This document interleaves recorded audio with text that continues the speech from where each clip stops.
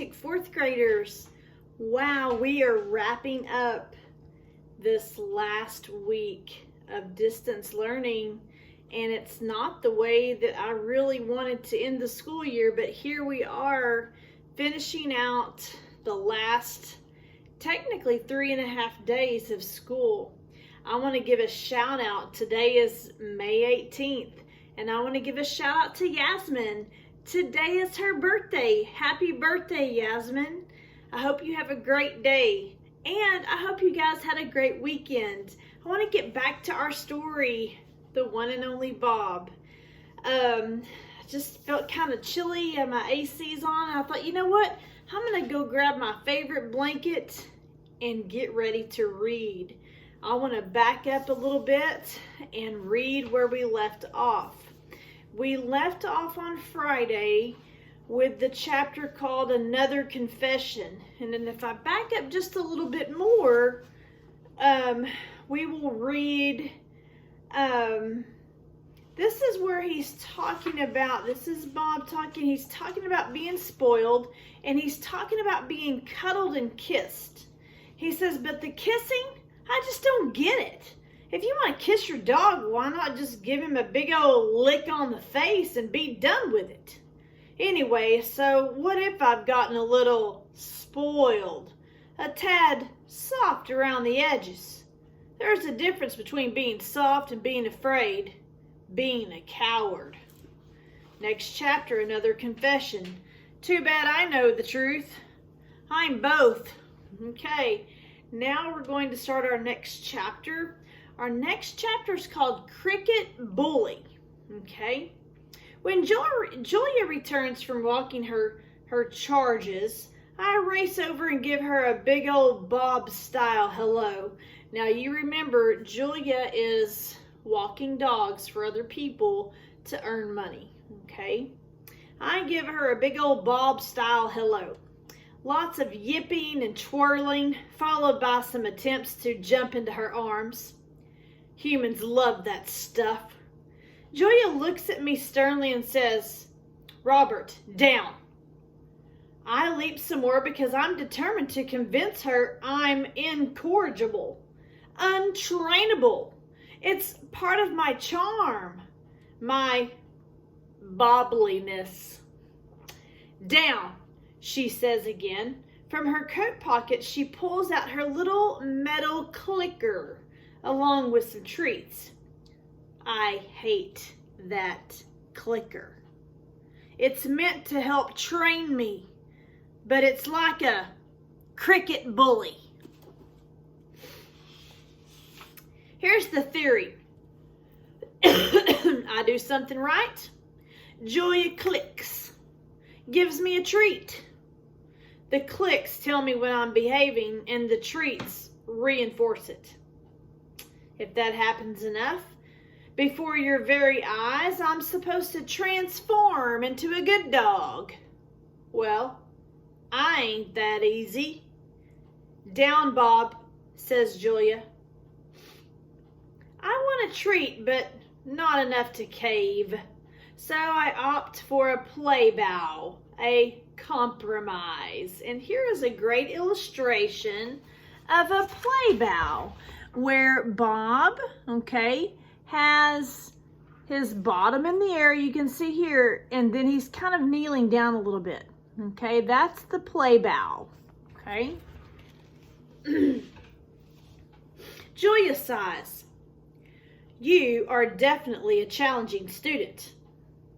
To my annoyance, she puts the treats back in her pocket. I think Julia may be on to me. Next chapter, Trust. A while ago, Julia got into her head that I needed to improve my manners.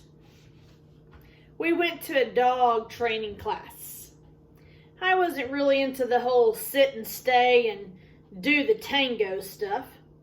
The worst command of all, the truly inexcusable, only a human could come up with it order. Leave it. Leave it means walk on, Bob. Sure, There's a piece of bacon just inches from your drooling pie hole, but do me a favor and just pretend it's not there, okay? Not okay.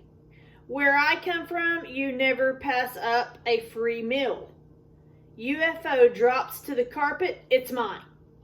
And I'll be chowing it down before you can say, where the heck is my meatball? He's a mess, isn't he? Within minutes, I was accused of being an under-motivated student, which is totally unfair. I am highly motivated. Just show me some cheese, please. Anyways, I may or may not have been a little unruly. Class clown stuff. Tail spinning, a little random peeing, some zoomies just for show. Class, you see that crazy dashing around he's doing? Said the teacher, pointing at me with an accusing finger. We call that a frap. Frantic random activity, period. She pulled Julia aside. He's a smart dog, she said, but he's messing with you. Which was true, but I hated getting caught in the act. I thought I was more subtle. Bob needs to know who's boss, said the teacher. He needs to see you as pack leader. Give him some time. I see this a lot with former strays. Takes them a while to trust people. Like forever in my case. As we left the class early, I yelled, "So long, suckers!" to my classmates. Couldn't help rubbing it in just a little. Boy, he's a stinker, isn't he? Next chapter, my car thing. I suppose the real reason for the training stuff isn't my bad manners, although they leave a bit to be desired. It's my car thing. I've always had a hang-up about cars and trucks, also riding lawnmowers, go-karts, anything with 4 wheels, an engine, and a driver. Don't like them. Don't want to ride in them. Don't want anything to do with them. Okay, now you should know why he has this problem with cars and stuff. Those co-pilot dogs with their heads hanging out the window, flying their drool flags, boneheads. First of all, it ain't safe. And second of all, bad stuff can happen after you climb into a car. Take it from me. When Julia and George and Sarah realized I have transportation issues, they tried to lure me into the back seat of their car with treats. But you'd be surprised how stubborn I can be. I yelped so loud the neighbors came running out to see what was happening to that poor little doggy. Score 1 for the poor little doggy. Next chapter, click. That's when they started clicker training me. Click, here's a treat. Come closer to the car, Bob. Click, here's a treat. Watch while I open the car door, Bob. Click, here's a treat. Come right up to the seat, Bob. Click, here's a treat. Come on in, Bob. Bob? Bob? Where are you, Bob? Yeah, it was like that a lot. Boy, he is being stubborn, isn't he? Next chapter, options. Still haven't been in a car, or a truck, or a tractor, for that matter. When I have to go to the ROMs with pet threat, Julia and her parents walked me there. Do you remember that part, the pet threat? They say elephants have long memories. Well, so do dogs. People. It's not like I'm afraid. I'm just exercising my options. Next chapter, full wag. Are you ready to head over to the park? George asks as he passes through the living room. He's carrying 2 flashlights and a roll of masking tape. Yep, Julia says, and I do a head tilt to show I'm intrigued by their conversation. The place where Ivan and Ruby live is called Wild World Zoological Park and Sanctuary, but everybody just calls it the park. George works at the park as head groundkeeper, which means I've got some sway, and everyone who's employed there loves Julia. Give me a minute. I just need to grab my coat, says George. Straight home after that, though, Julia, says Sarah, just in case the weather gets worse. 1 minute, the weatherman's saying we're going to have a little shower. Next minute, it's the storm of the century. Julia scratches my head.